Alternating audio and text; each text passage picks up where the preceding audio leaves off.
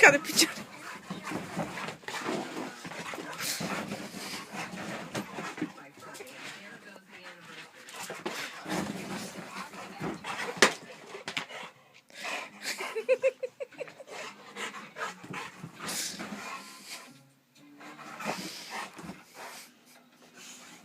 Ce-ai făcut, mă, mami, cu patul?